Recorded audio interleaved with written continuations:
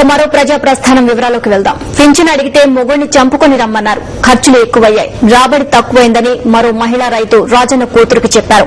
వీరి మాటలు విన్న షర్మిల చలించిపోయారు. కాంగ్రెస్ ప్రభుత్వానికి మనసు లేదంటూ మండిపడ్డారు. షర్మిల ఇప్పటి వరకు 4 జిల్లాల్లో పాదయాత్ర చేశారు. వైఎస్ఆర్ జిల్లాలో ఎటువంటి సమస్యలున్నాయో అనంతపురం, కర్నూలు, పాలమూరులో కూడా అవే సమస్యలు, అవే బాధలు. వీరి బాధలు విని రాయైనా కరిగిపోతుందేమో కానీ పాలకుల మనసు మాత్రం కరగడం లేదంటూ షర్మిల మండిపడ్డారు.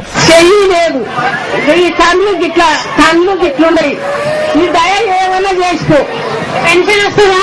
రాదు. ముసలాయనకు వస్తుంది, నాకు రాదు. సర్పంచ్ తాను పోతే మొబైల్ చంపుకొని రా అన్నాడు. రైతులు అప్పుల్లో ఉన్నారని రాజశేఖర రెడ్డి గారు 12,000 కోట్లు రుణమాఫీ కూడా చేశారు. కానీ ఇప్పుడు 3 సంవత్సరాలు అయిపోయి ఆయన చనిపోయి, కానీ రైతులంతా మళ్ళీ అప్పుల ఊపిలో మునిగిపోయారు. చాలా అన్యాయము. జగన్ ముఖ్యమంత్రి అయిన తర్వాత రైతుల కోసమని ప్రత్యేకమైన బడ్జెట్ కూడా పెట్టారు. ఎందుకంటే 60% మంది రైతు వ్యవసాయం మీద ఆధారపడి ఉన్నారు కనుక. అంతేకాకుండా ఇత్తనాల ధరలైతేనేమి, ఎరువుల ధరలైతేనేమి రాజశేఖర రెడ్డి గారు ఎలా కంట్రోల్లో పెట్టారో మళ్ళీ జగన్ అదే భరోసా ఇస్తాడు.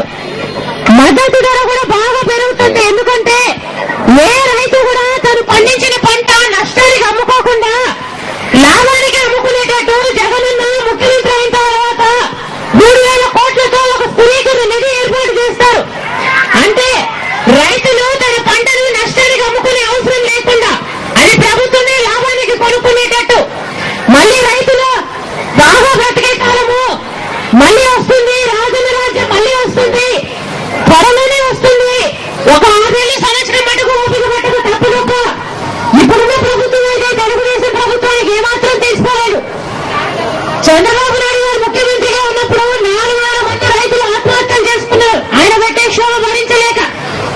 ఇప్పుడున్న ప్రభుత్వం కూడా మళ్ళీ అలాగే ప్రవర్తిస్తుంది. కానీ మంచి కాలం తప్పకుండా వస్తుంది. జగనన్న ముఖ్యమంత్రి అయినాక రైతు మళ్ళీ రాజైతాడు. అంతవరకు ఓపిక పట్టండి. తప్పకుండా మా జగనన్న అయితే జగనన్న ముఖ్యమంత్రి అయినాక తప్పకుండా అదే చేస్తాడు.